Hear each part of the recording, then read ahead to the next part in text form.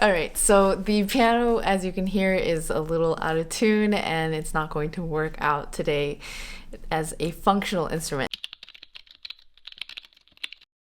Of course, as many of you know, I'm from the classical music world, and so a lot of my formal training did not involve any improvisation, really.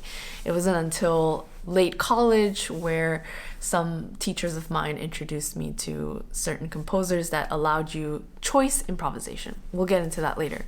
But my earliest memory of improvisation was probably around 7 or 8 years old, where I loved to improvise using just the black keys on the piano with the pedal down, and I was really shy about it. Whenever my parents would ask me, "What are you playing?" I would avoid the question. And it was kind of like that in high school as well, where I went to a boarding arts high school, and I was surrounded by musicians and classmates who were also pianists, and that was a lot of fun. And when I first went there, I made friends with this guy that really loved to narrate things, and he and I kind of pulled this joke a few times with other classmates where we would bring them into a practice room. He would narrate a title and come up with a fake composer name, and we would basically say, "Hey, this is a new piece by such and such, written 3 years ago," and I would basically improvise based off of his titles.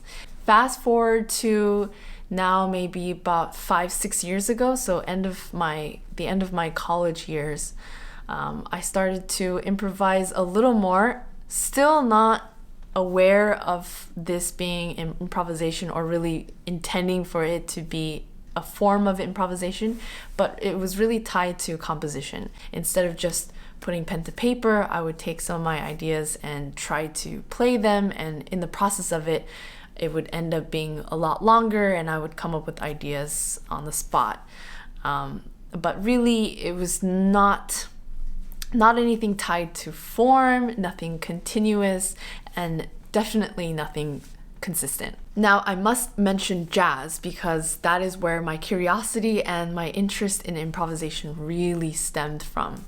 It was around 2014 or so now about 6 years ago, where I first started to listen to jazz, and I was really fascinated by people's solos and how players would play together in a group and just jam together. That concept to me was just, it was so new to me.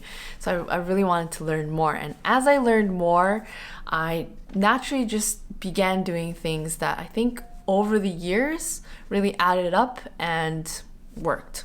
Whatever that means, because I'm not really sure what worked means in this context, but you know what I mean. The first thing I did was to take a relatively simple piece of music or a phrase, such as a Bach chorale. I would first familiarize myself with the harmony and the melody and the general contour of that particular phrase, and I would simply add very small ornaments and small elaborations on ends of phrases, certain changes, certain key points that I felt had space where I could add something. And really it was a small alteration at best. This then led to further improvisation, especially in the Baroque style, and also it led to improvising in the styles of different composers, which I've shown quite a lot in my YouTube videos, and that has extended further into specific studies of the composers where I would not improvise but really deliberately write something out in the style of said composer. But it really stemmed from improvisation. The next thing is to write a piece of music with a dedicated section for improvisation. A lot of times this would be relatively short in comparison to the full length of the piece, but it would basically be a number of measures where I would indicate, maybe cycle through these key centers or use this pedal point, some sort of general indication of harmonic guidance, and then everything else would just be open-ended. And a lot of times I did notice that I had more luck coming up with solid ideas or things that I liked in retrospect in performance rather than in the practice room for some reason. Also along the lines of this, sometimes I would write sections of pieces where the number of repetitions or the order of these small modular sections would be left up to me in performance. So maybe it was also a form of kind of a memory buffer, because I always have trouble with memory on stage. So I just gave myself some wiggle room in terms of, hey, you can order them however you want, but it was also just a form of choice improvisation. The next one is extended techniques. This one is a little less straightforward because by definition, of course, extended techniques does not involve improvisation.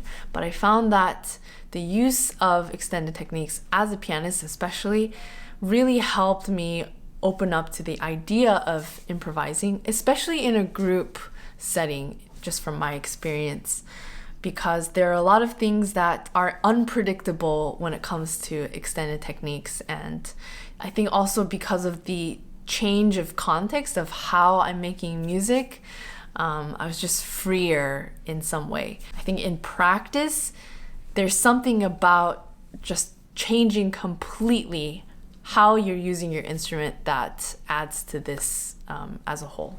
The next thing is to improvise using a pedal point. This was around the time when I was learning about the modes. In school, we learned about church modes and we learned about the order of them, and we were tested on pen and paper. So I wasn't really introduced to what modes were all about and their functionality in improvisation until I was learning about jazz. And in this process, I would basically choose a mode, put down a pedal point, and I would improvise different patterns over it and just play around with it. Anything goes, that type of thing. It wasn't until later where I added some sort of backing track that had a pedal point, but usually in the beginning it would just be my left hand holding down an octave and then playing the notes of that particular mode in the right hand. I will say that this technique really works well for other genres as well. For example, Baroque music.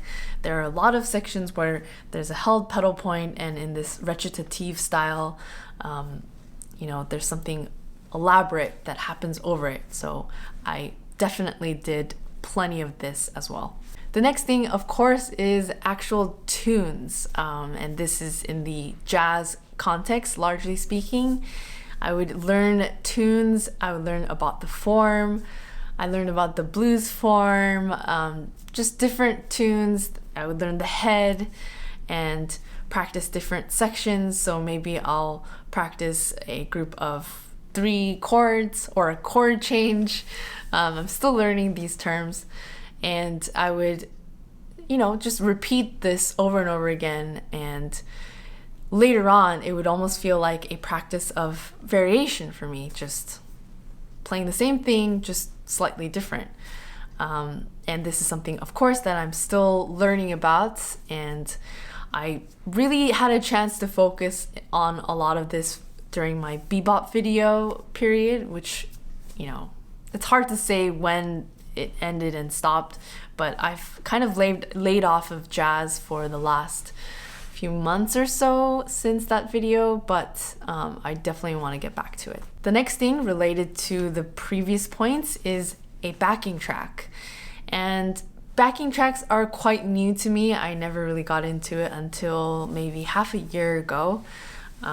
They're very useful, of course, because they give you a time framework, a lot of times a form, and different textures, other musicians that are virtually playing with you, sort of, and it just gives you that kind of structure. I really love making my own backing tracks, whether it's just, a series of chords that I'll lay out or lay down, is that the right way to say it? Or something completely off or different, like an irregular sequence, like I showed in one of my YouTube videos where I was improvising over an irregular beat. I think it's also because it's very hard to find a good backing track. A good fitting backing track, something that you really prefer. So instead of searching, maybe just make your own and you can customize it. Say that I want to work on the Dorian mode, I'll make a backing track in the Dorian mode, or maybe Dorian going into Phrygian, or whatever the combination, I'll just make it up myself. The next one is sort of my specialty. I really love doing this. I love coming up with exercises. So just a basic sequence of patterns and melodic fragments, and I would cycle them through different keys. And by doing this, I'm just familiarizing myself with different possibilities. But at the same time, I do see this more as an exercise rather than studying improvisation. So it's kind of a gray zone for me. The second to last thing I'll mention is completely free improv. And this usually happens for me personally when a camera is recording, because without the camera there, a lot of times I'm less formal about starting and ending an improvisation. Maybe I'll play something and then my mind will wander, or I'll be distracted and I'll move on to something else. But when I'm recording, even if maybe in the moment, maybe I lose some sort of focus of hearing and I get a little off track with my ideas, I'll stick with it and I'll commit to this particular improvisation a little more than if the camera's not recording. The last point is a little vague, but I do want to mention it. Maybe sometime in the future I'll be able to articulate this better, but I do think it's important, so I will include it. And that is basically speech. Improvising using speech and becoming more comfortable with this idea and this practice. It's basically recognizing, the fact that improvisation already exists in many forms in our lives and in what we do on a daily basis. So just to get more comfortable with the idea of improvising and understanding what it's all about. And I say speech because a lot of my videos, especially, I'm saying things like I am right now. I have a general idea of what I'm going to present, but in the actual utterance of the words that I'm using, the order of things, that is largely improvised. So just recognizing that and working on that as a separate art form, a separate skill, I think adds to the picture of how I then approach music as well. Because I think all of these are correlated, and also in this large journey of mine, the thing that was the most difficult, rather than learning about more harmonic ideas, forms, genres, and things like that, was just to get comfortable with the idea of improvisation, which was something new to me and not something that I really thought of prior to all of this. So yeah, I'll just leave it off with that speech, and maybe I'll extend that into just recognizing improvisation as a whole in daily life. So I hope this list was somehow insightful or useful to you all.